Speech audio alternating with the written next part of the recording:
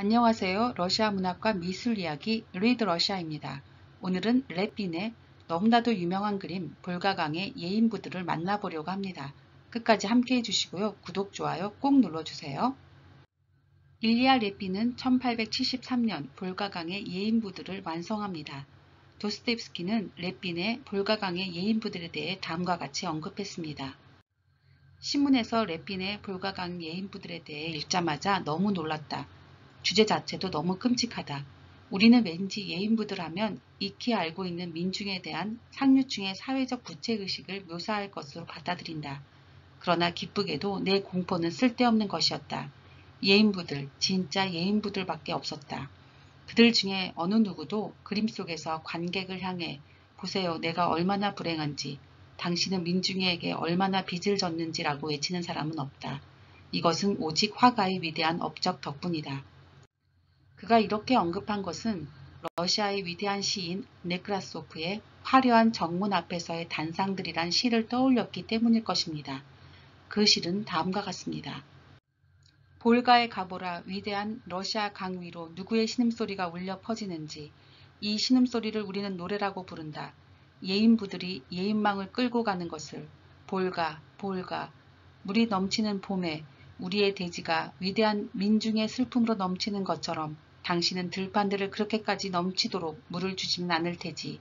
인민이 있는 곳의 신음소리가, 아, 심장을 애는 신음소리가 라고 말이죠.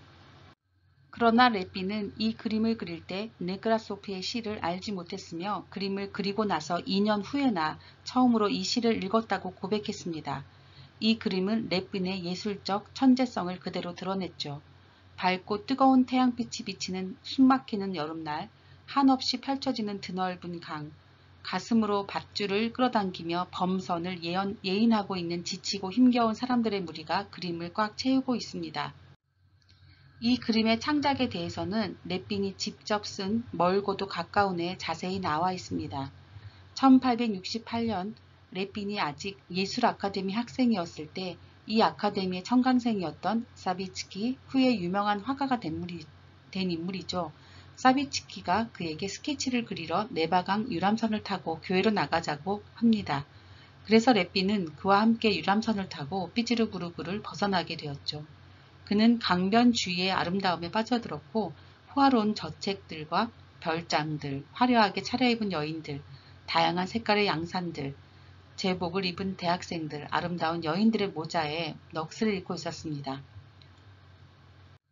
그런데 유람선이 선착장에 다가갔을 때 갑자기 더러운 누더기를 걸친 한 무리의 사람들을 발견하고는 사비츠키에게 물었습니다. 사비츠키는 렛빈에게 바지선을 끄는 예인부들이라고 했습니다. 가축을 대신해서 사람이 배를 끄는 모습에 너무나 충격을 받은 렛빈은 이 주제를 가지고 그림을 그리기로 결심하게 됩니다.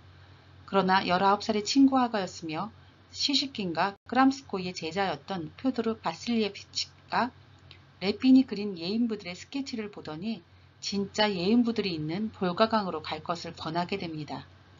거기서야말로 진짜 예인부들을 만날 수 있을 것이라고 크람스코이도 충고하자 렛빈은 형이었던 바실리 그리고 친구 화가 표트르 바실리에프 마카로프와 함께 볼가강을 여행하게 됩니다. 렛빈은 1870년 6월 초에 띠베리에서 사라토프까지 볼가를 따라 여행하면서 까닌이라는 60대 노인을 만나게 되었습니다. 그의 인상이 너무 마음에 들어 그에게 포즈를 취해줄 것을 갖가지 방법으로 설득하였죠. 어떤 선물과 호의에도 흔들리지 않자 렛빈은 거절을 당합니다. 그는 아마 상인 출신이었던 것 같고 화가 사브라소프를 많이 닮았습니다. 렛빈이 그에게서 받은 인상은 몰락한 그리스 공화국의 60대 철학자가 부유한 로마 귀족들이 자신의 아이들의 가정교사로 데려가 주기를 기다리며 노예시장에 팔려나온 것은 아닌가 하는 생각이 들 정도로 고대 철학자의 풍모를 닮았다고 합니다.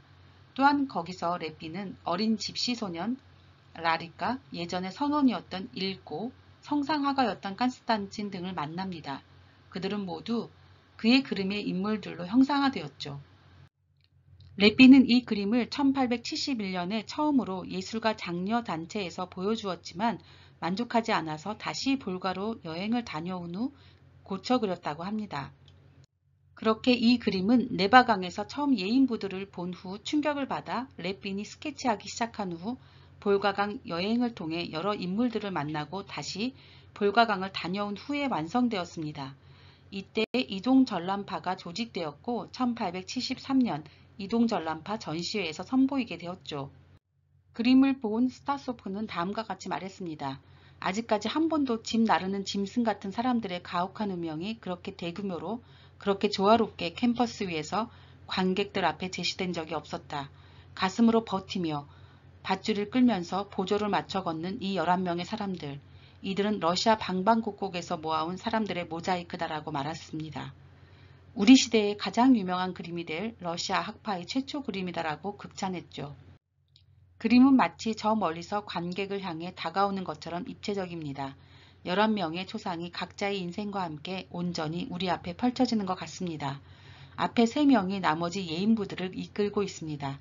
중심에는 렛빈이 반했던 고대 철학자를 닮은 까닌이 있고 오른쪽엔 원초적인 힘을 상징하는 원숭이 같은 얼굴의 검은 수염의 노인이 있습니다. 왼쪽에는 증오스러운 눈빛으로 관객을 바라보고 있는 선원이었던 일가가 그려져 있습니다. 까니는 이 두 대립적인 인물들을 아우르며 앞으로 전진하고 있죠. 파이프를 몰고 느리고 굼뜨게 움직이는 것 같은 키가 큰 백러시아계 퇴역 군인도 보입니다. 이런 일에 익숙지 않아서 마치 밧줄로부터 벗어나고 싶어 하는 것 같은 힘얼건 집시 청년 라리까입니다. 모자를 쓰고 검은 머리에 그리스인 같은 얼굴을 한 사람은 모래사장으로 쓰러질 것 같은 마지막 사람을 부르기라도 하는 것 같습니다. 모두가 자기만의 얼굴과 표정, 살아온 인생을 드러내줍니다. 예인부들은 16세기에서 19세기 말까지 예인망의 도움으로 물살을 거슬러 배를 해변으로 끌어올리기 위해서 고용된 노동자들이었습니다. 이들이 끌어올리는 배는 범선이었죠. 협동조합을 형성하기 위해 주문을 받아 수행했습니다. 주로 봄부터 가을까지 하는 계절 노동이었습니다. 역풍이 불면 돛을 내리고 순풍이 불면 돛을 올려 예인을 가속화했습니다.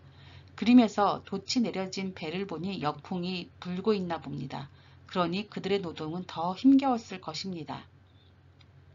예인부들은 닻을 올려 처음 배를 끄는 가장 힘든 순간에 뱃노래를 불러 인부들의 사기를 돋우었다고 합니다. 어기어차 어기어차 한 번 더 한 번 더 우리는 자작나무를 자른다. 울창한 자작나무를 자른다. 밧줄을 단단히 묶어라. 태양을 향해 노래를 부르세. 우리는 강가를 걷는다. 햇살에게 노래를 불러준다. 아이다 다 아이다. 아이다 다 아이다. 햇살에게 노래를 불러준다. 밧줄을 단단히 묶어라. 밧줄을 단단히 묶어라. 볼가는 어머니의 강 넓고도 깊구나. 아이다 다 아이다. 아이다 다 아이다. 볼가는 어머니의 강. 19세기 후반에는 증기선이 나타나면서 인부들의 노동이 사라졌지만 다른 유럽 국가들, 즉 벨기에, 네덜란드, 프랑스 등에서는 1930년대까지 예인부들이 일을 했습니다. 증기선을 구할 수 없거나 증기기관을 설치하기가 불가능하거나 화부를 따로 고용하기가 힘들었던 선주들은 범선을 계속 사용했기 때문에 예인부들이 필요했기 때문이죠. 이 그림에서 렛빈이 증기선의 하얀 연기를 저 멀리에 그려놓은 것도 우연이 아닌 듯합니다. 증기의 힘보다는 훨씬 싼 예인부들의 노동의 대가를 드러내주고 있는 것이었죠. 하지만 렛빈은 노동의 힘겨움, 예인부들의 처참한 운명뿐만 아니라 그들의 정신적 아름다움과 육체적 힘도 함께 보여주려고 했습니다. 그래서 철학자 까닌을 맨 앞 중심에 배치해 놓았을 것입니다. 까니는 나이가 들었더라도 가진 것 없이 비록 자신의 육체만을 의지해 하루에 빵을 얻는 막노동을 할지라도 자존감을 잃지 않고 스스로를 믿으며 삶을 개척하는 의지를 표현해주고 있습니다. 볼가강의 뱃노래라는 시를 쓴 니콜라이 니크라소프는 1821년 우크라이나 네미로프에서 출생합니다. 유년 시절을 볼가강 연안의 야로슬라브주 그네시네보 세습영지에서 보내게 되죠. 그곳에서 교양 없고 난폭한 아버지에게 고통을 당하는 농노들을 목격하게 됩니다. 농노들에 대한 동정심에서 농노제에 대한 증오가 싹텄다고 하죠. 야로슬라브 중등학교를 중퇴하고 17살 때 1838년 삐즈르부르크로 갔습니다. 군인이 되기를 바랬던 아버지의 뜻을 어기고 삐즈르부르크 대학 문과의 청강생이 됩니다. 아버지로부터 송금이 끊기자 그는 잡문을 써서 생계를 유지하게 되죠. 그리고 빈곤과 기아를 체험하게 됩니다. 1840년 친구들의 도움으로 소년 시절부터 써온 시를 모아서 처녀 시집이었던 꿈과 울림을 자비로 출판하였습니다. 이 시집에 벌써 사회 비판의 모티브가 보였습니다. 그러나 당시 최대의 비판가였던 벨린스키로부터 독창성이 결여되었다는 비판을 받자 스스로 인정하고 나머지를 모두 해소했다고 합니다. 1847년에서 66년까지 현대인지에 그리고 1870년대의 10년간은 조국의 기록지의 편집장을 맡았습니다. 네크라소프의 대표적 작품으로는 러시아는 누구에게 살기 좋은가가 있습니다. 1878년에 사망하게 되죠. 오늘은 렛빈의 볼가강의 예인부들을 만나보았습니다. 이 작품에는 민중의 고통을 외면하지 않은 렛빈의 시대적 성찰이 드러납니다. 러시아 문학과 미술 이야기 리드 러시아였습니다. 끝까지 함께 해주셔서 감사하고요. 구독, 좋아요 잊지 마세요. 다음 시간에 또 만나요.